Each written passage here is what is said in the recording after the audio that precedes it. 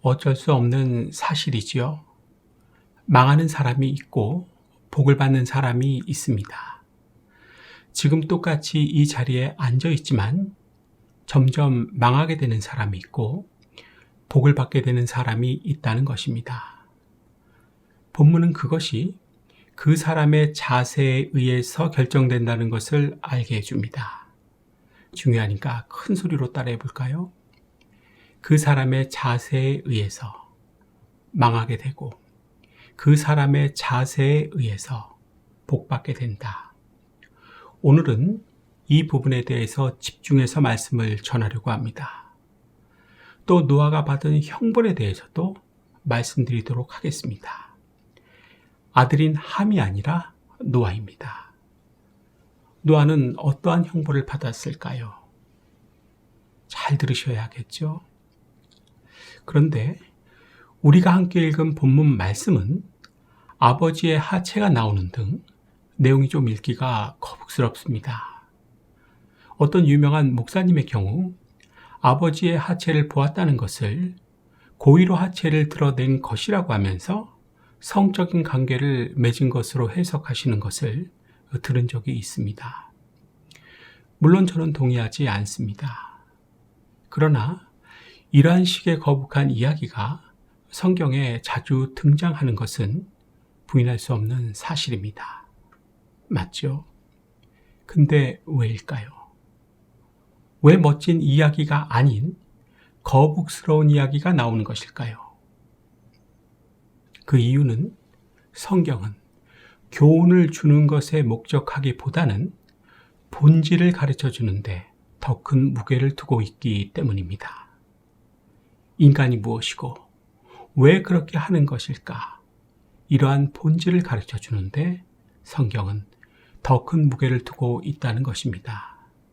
본문 말씀 보겠습니다. 18절, 19절입니다. 창세기 9장 18절에서 19절. 방주에서 나온 노아의 아들들은 셈과 함과 야벳이며 함은 가나안의 아버지라. 노아의 이 세 아들로부터 사람들이 온 땅에 퍼지니라. 하나님께서 내리신 홍수 심판으로 모든 사람이 다 멸절했습니다. 그리고 방주에서 나온 노아의 세 아들 셈과 함과 야벳으로부터 지금의 인류가 온 땅에 퍼지게 되었다고 기록하고 있습니다. 흔히 첫째 아들 셈은 황인종, 셋째 아들 야벳은 백인종, 둘째 아들 함은 흑인종의 조상이 되었다고 알고 있습니다. 그런데 눈여겨봐야 하는 것이 이 세 아들 중에서 함만 누구의 아버지라는 부연 설명이 덧붙여 있다는 것입니다. 그렇죠?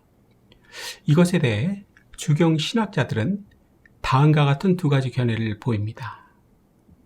첫째, 가나안과 그의 아버지 함은 공범이었다. 둘째, 정복해야 하는 가나안 땅의 그 가나안 족속들이 바로 하나님께서 저주를 내리신 함의 아들 가나안의 후손이라는 것을 알려주기 위해서였다 하는 견해입니다. 두 견해 모두 좋은 견해입니다. 그 다음 말씀 보겠습니다. 창세기 9장 20절에서 21절. 노아가 농사를 시작하여 포도나무를 심었더니 포도주를 마시고 취하여 그 장막 안에서 벌거벗은지라. 노아는 포도주를 취할 때까지 마시고 벌거벗고 자고 있었습니다.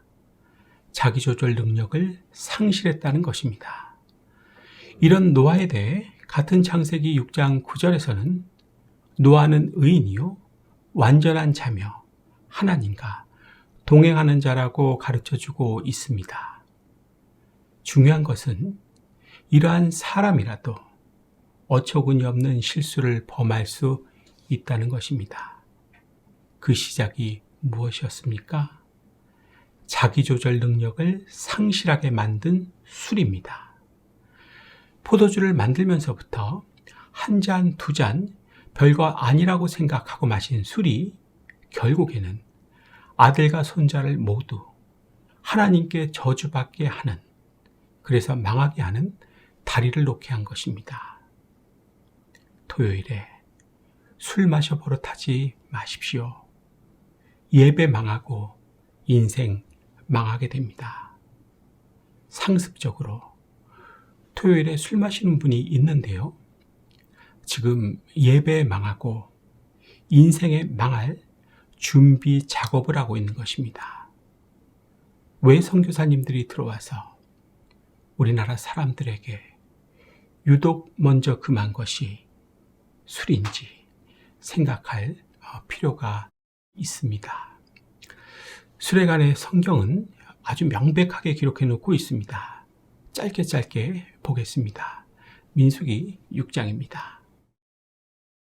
민수기 6장 3절에서 4절. 포도주와 독주를 멀리하며 포도주로 된 초나 독주로 된 초를 마시지 말며 포도즙도 마시지 말며 생포도나 건포도도 먹지 말지니 자기 몸을 구별하는 모든 날 동안에는 포도나무 솟아는 씨나 껍질이라도 먹지 말지며 나실인이 되겠다고 선언한 사람, 앞으로는 구별돼서 살겠다고 선언한 사람, 즉 우리를 얘기하죠. 성도지요. 술을 확실하게 멀리하라는 것입니다. 레위기 10장입니다. 레위기 10장 9절. 너와 내 자손들이 회막에 들어갈 때에는 포도주나 독주를 마시지 말라. 그리하여 너희 죽음을 면하라. 이는 너희 대대로 지킬 영영한 규례라. 교회에 올 때에는 술을 마시지 마십시오. 이유는 비몽사몽으로 거룩한 성전에 발을 들여놓아서는 안 되기 때문입니다. 분명하게 해야 합니다. 지금은 안 마셨어가 아니라 술에 찌들어서 술 냄새 풍기면서 술의 영향력 아래에 있으면서 교회에 와서는 안 됩니다. 그렇게 하면 하나님께서 가만히 내버려 두지 않고 죽이시겠다는 것입니다. 그리고 이것은 우리가 지켜야 할 영원한 규례가 됩니다. 따라해 볼까요? 전날 마신 술 때문에 제대로 된 정신으로 교회에 오지 않으면 하나님께서 죽이신다. 성전에서 왔다 갔다 해야 하는 레위인에게만 국한된 것은 아니라고 믿습니다. 만인 제사장이라는 뜻을 곰곰이 생각해 보셨으면 좋겠습니다. 오죽하면 제가 이런 율법주의자들과 같은 설교를 하겠습니까? 제발 술 좀 그만 마시십시오. 하지만 이런 경우에는 예외입니다. 신명기 14장과 디모데전서 5장을 차례로 봅니다. 먼저 신명기 말씀입니다. 신명기 14장 26절. 내 마음에 원하는 모든 것을 그 돈으로 사되 소나 양이나 포도주나 독주 등 내 마음에 원하는 모든 것을 구하고 거기 내 하나님 여호와 앞에서 너와 내 건속이 함께 먹고 즐거워할 것이며. 전제 조건은 사람 앞이 아닙니다. 하나님 앞입니다. 하나님 앞이라는 말을 가볍게 생각해서는 안 됩니다. 그리고 상식이지만 취하도록 마시지 않는 것입니다. 그렇지만 술, 시작도 하지 마십시오. 한 잔이 2잔 됩니다. 노아의 집안처럼 되는 것입니다. 앞에서도 말씀드렸지만 우리가 나실인이고 레위인입니다. 맞죠? 신명기 14장의 이 말씀을 술 마실 수 있는 근거로 삼는 분이 있어서 말씀드리고 있는 것입니다. 절대 술 마시지 말아 주십시오. 우리나라에서는 그냥 탄산수 마시면 됩니다. 아멘 소리가 좀 적은데요. 이번에는 디모데전서 말씀으로 가봅니다. 디모데전서 5장 23절. 이제부터는 물만 마시지 말고 내 위장과 자주 나는 병을 위하여는 포도주를 조금씩 쓰라. 요즘은 위장병약 잘 나옵니다. 성경 말씀이라고 해서 포도주 꼭 안 마셔도 됩니다. 핑계거리 찾으시면 안 됩니다. 그리고 기억하십시오. 여러분이 술 마시면 자식도 술 마십니다. 일본 속담인가요?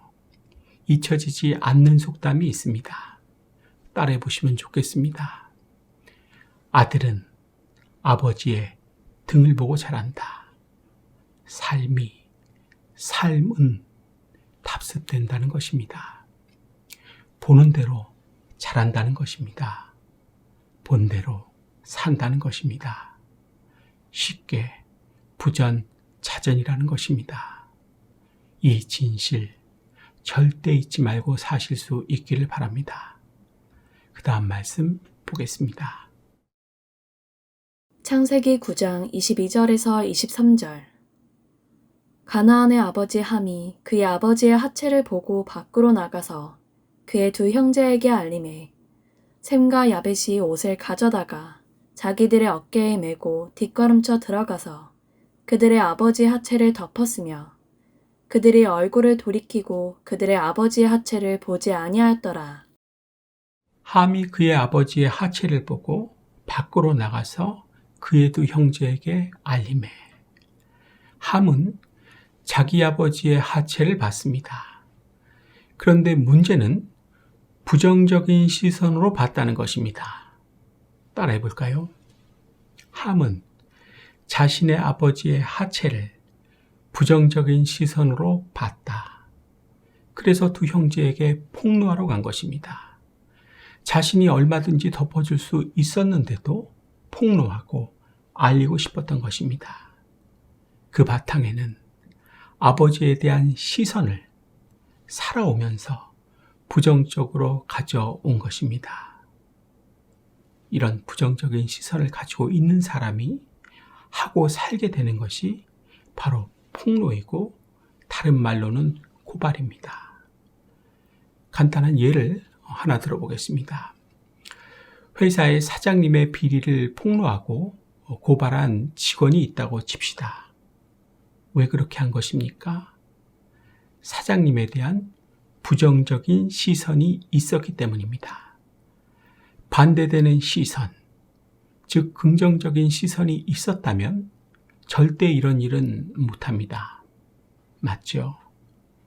그렇다면 이러한 부정적인 시선은 어떻게 형성되는 것일까요? 잘 들으십시오. 어려서부터 마음에 안 드는 것을 찾으려고 노력하는 자세에서 형성되고 시작합니다. 따라해 볼까요? 부정적인 시선이나 시각은 어려서부터 마음에 안 드는 것을 찾으려고 노력하는 자세에서 형성되고 시작한다. 그렇기 때문에 교만함을 기질적으로 타고나야 합니다. 겸손함을 타고나면 불가능해집니다. 마음에 안 드는 것을 찾으려고 노력할 수도 없고 찾기도 정녕 힘듭니다. 안 됩니다. 가만히 한번 잘 생각해 보십시오. 맞는 말이죠. 그래서 아버지의 하체를, 즉 실수를 부정적인 시선으로 바라볼 수 있는 사람, 어디 가서 폭로하고 고발하고 싶어하는 사람은 삶의 근본 자세가 교만입니다. 뭐가 교만이라고요? 삶의 근본 자세, 삶의 자세입니다. 하나님께서는 이러한 사람을 저주해서 망하게 하시는 것입니다. 똑바로 하셔야 합니다. 이러한 함과 같은 사람, 의외로 많습니다. 이러한 사람은 교제의 목적을 폭로와 고발로 삼습니다. 실상이 그렇다는 것입니다. 기가 막히죠. 그래도 정작 자신은 모릅니다. 교제한 후에 평안해졌다고 합니다. 폭로하고 고발을 했으니까 속이 후련해진 것입니다. 따라해 볼까요? 나는 교제를 한 것이 아니라 폭로와 고발을 한 것이다. 오늘 이런 분들은 정확하게 들으십시오. 내가 함과 같은 사람이기 때문에 저주를 받고 망하게 되는 것입니다. 교만해서 부정적인 시선, 시각을 어려서부터 가지고 살아왔기 때문입니다. 이런 분들은 지금 이러한 말씀을 전하고 있는 담임 목사도 부정적인 시선으로 바라보고 있을 것입니다. 마음에 안 들 것입니다. 삶의 자세는 어쩔 수가 없는 것입니다. 혹시라도 우리 교회도 이런 분들이 있으시다면 사도행전 2장에 유대인들과 같은 마음을 가지시기 바랍니다. 말씀 보겠습니다. 사도행전 2장 37절. 그들이 이 말을 듣고 마음에 찔려 베드로와 다른 사도들에게 물어 이르되 형제들아 우리가 어찌할꼬 하거늘. 어찌할꼬 하는 마음을 가지시기 바랍니다. 베드로의 설교를 들은 유대인들과 같이 찔려서 회개해서 제사함을 받으시기 바랍니다. 뒤에서도 말씀드리겠지만 구원을 받고 거듭나는 것입니다. 이렇게 하는 것이 저주를 받은 가나안과 함과 같이 되지 않는 유일한 방법입니다. 다른 방법은 존재하지 않습니다. 얼마든지 목회자들이 도와줄 것입니다. 복음을 다시 듣고 구원받아 거듭 나실 수 있기를 축복합니다. 23절만 다시 읽습니다. 창세기 9장 23절. 셈과 야벳이 옷을 가져다가 자기들의 어깨에 메고 뒷걸음쳐 들어가서 그들의 아버지의 하체를 덮었으며 그들이 얼굴을 돌이키고 그들의 아버지의 하체를 보지 아니하였더라. 반면 셈과 야벳의 자세는 어떠합니까? 함과는 완전히 다르죠. 폭로하고 고발하고 싶어 하지를 않는다는 것입니다. 오히려 덮어주려고 한다는 것입니다. 맞습니까? 셈과 야벳이 옷을 가져다가 자기들의 어깨에 메고 뒷걸음질 쳐 들어가서 그들의 아버지의 하체를 덮었으며 그들이 얼굴을 돌이키고 그들의 아버지의 하체를 보지 아니하였더라. 살아온 삶의 자세가 이런 차이를 만드는 것입니다. 따라해 볼까요? 살아온 삶의 자세가 이러한 분명한 차이를 만들어냈다. 나의 삶의 자세는 어떠한지 생각해 보시기 바랍니다. 함과 같다면 함과 같이 될 것입니다. 셈과 야벳과 같다면 셈과 야벳과 같이 될 것입니다. 그 다음 절 말씀 보겠습니다. 창세기 9장 24절에서 25절. 노아가 술이 깨어 그의 작은 아들이 자기에게 행한 일을 알고 이에 이르되 가나안은 저주를 받아 그의 형제의 종들의 종이 되기를 원하노라 하고. 가나안은 저주를 받아 그의 형제의 종들의 종이 되기를 원하노라. 하나님께서 함을 저주함에 있어서 함의 아들 가나안을 저주하신 것은 앞서 주경 신학자들의 견해에서도 말씀드린 것과 같이 함이 아버지의 하체를 보고 폭로할 때 그 아들 가나안과 함께한 것입니다. 가나안이 먼저 보고 와서 아버지 함에게 폭로한 것을 다시 함이 그의 형제들에게 폭로한 것입니다. 그래서 가나안이 저주를 받은 것입니다. 알고는 사셔야 합니다. 부전자전이고 뒤집으면 자전부전인 것입니다. 그런데 많은 분들이 이 부분을 읽으면서 하시는 질문이 있습니다. 그게 무엇이냐 하면 저주를 하나님께서 내리신 것이 아니라 아버지인 노아가 내린 것이 아니냐 하는 질문입니다. 정확하게 말씀드립니다. 하나님의 의지를 아버지 노아가 전달한 것입니다. 축복도 마찬가지입니다. 형인 에서가 받을 축복을 동생인 야곱이 가로채지요. 그렇게 됐으면 에서를 조용하게 불러서 아버지가 늙어서 그랬다. 미안하다. 너도 주마. 이렇게 하고 따로 줬으면 끝나는 것입니다. 하지만 그렇게 안 하지요. 사실은 못하는 것입니다. 왜요? 축복도 저주와 마찬가지로 하나님께서 주시는 것이기 때문입니다. 마태복음 10장으로 가서 좀 더 확실하게 하겠습니다. 마태복음 10장 12절에서 14절. 또 그 집에 들어가면서 평안하기를 빌라. 그 집이 이에 합당하면 너희 빈 평안이 거기 임할 것이요. 만일 합당하지 아니하면 그 평안이 너희에게 돌아올 것이니라. 누구든지 너희를 영접하지도 아니하고 너희 말을 듣지도 아니하거든 그 집이나 성에서 나가 너희 발의 먼지를 떨어버리라. 평안이라는 복 중에 제일 중요한 복이죠. 그런데 이 복을 누가 주는 것입니까? 하나님의 종입니까? 아님 하나님입니까? 이해가 되시겠죠? 축복과 저주는 하나님께서 내리시는 것입니다. 기억하고 사실 수 있기를 바랍니다. 본문으로 돌아가서 26절, 27절 말씀 보겠습니다. 창세기 9장 26절에서 27절. 또 이르되 셈의 하나님 여호와를 찬송하리로다. 가나안은 셈의 종이 되고 하나님이 야벳을 창대하게 하사 셈의 장막에 거하게 하시고 가나안은 그의 종이 되게 하시기를 원하노라 하였더라. 아버지의 실수, 허물을 덮어주고 가리어준 셈과 야벳에게 하나님께서는 노아를 통해 축복해 주셨습니다. 셈의 하나님, 여호와를 찬송하리로다. 여호와는 다른 사람이 아닌 셈의 하나님이라고 선언합니다. 이것은 장차 오실 예수님께서 셈의 후손에게서 나신다는 예언입니다.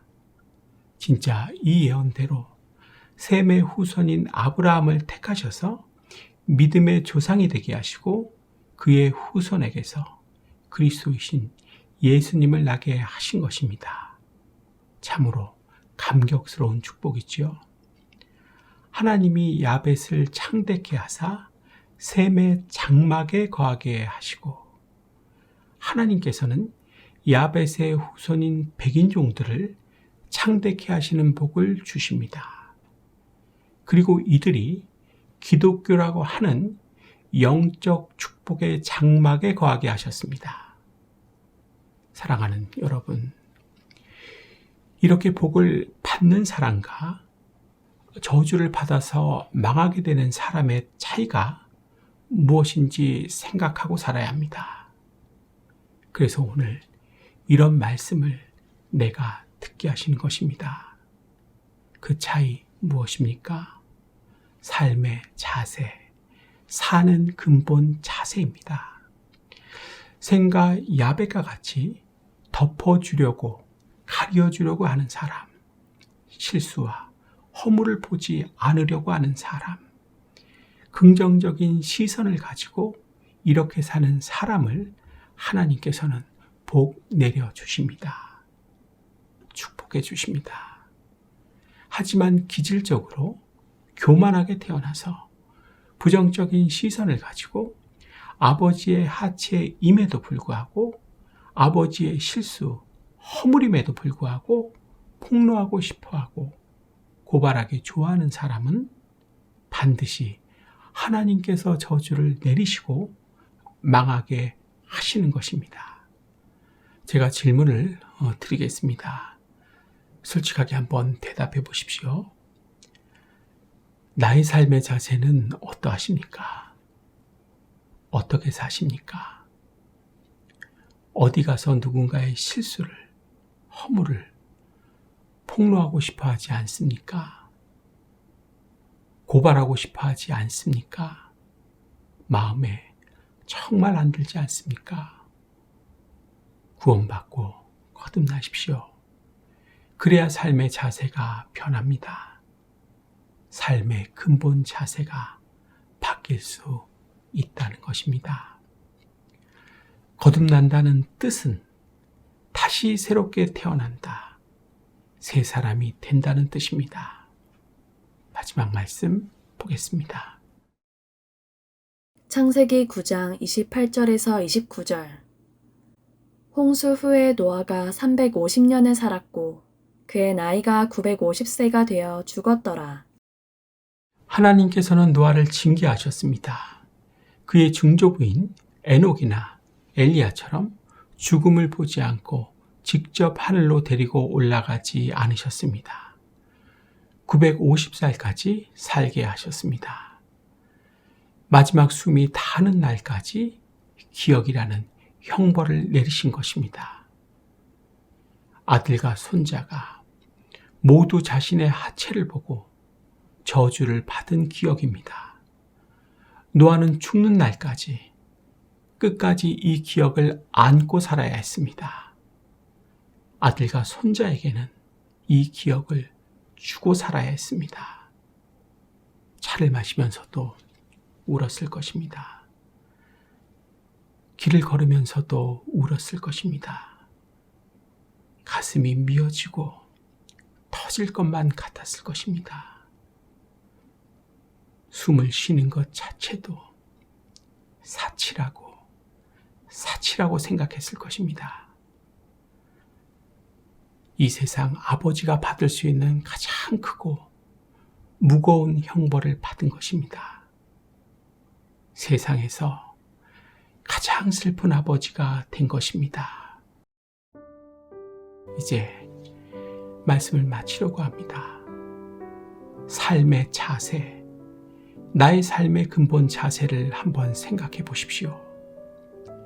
피곤해서 싫으시다면 지난번에 한 교제를 생각해 보십시오. 하시고 나서 평안해지셨습니까? 속이 후련해지셨습니까? 왜죠? 왜 그렇게 되신 것입니까?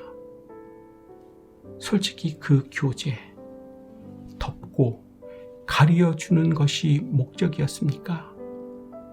폭로와 고발이 목적이었습니까?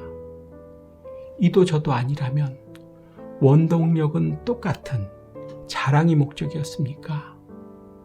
처음 목적이 아니라 결과론적인 목적을 묻고 있는 것입니다. 착각하면 안 됩니다. 결과론적으로 어떻게 되었는지를 묻고 있는 것입니다. 시간을 들이고 정성을 다해 반드시 생각해 보셔야 합니다. 왜냐하면 이 질문이 복잡하지 않게 명료하게 내가 어떻게 될 사람인지를 알게 해주는 질문이 되기 때문입니다. 그리고 한 번만 더 강조해서 말씀드리고 마치겠습니다. 타고난 기질은, 내가 타고난 선천적인 기질은 어쩔 수 없습니다. 그래서 나의 삶의 자세는 못 바꿉니다. 솔직하게 말씀드려야겠죠. 하지만 방법이 있습니다. 구원받고 거듭나는 것입니다. 복음을 처음부터 다시 들으십시오. 구원받으십시오. 거듭나십시오. 새 사람이 되는 것입니다. 그 방법밖에는 없습니다. 하나님께서 역사해 주실 것입니다. 기도하겠습니다.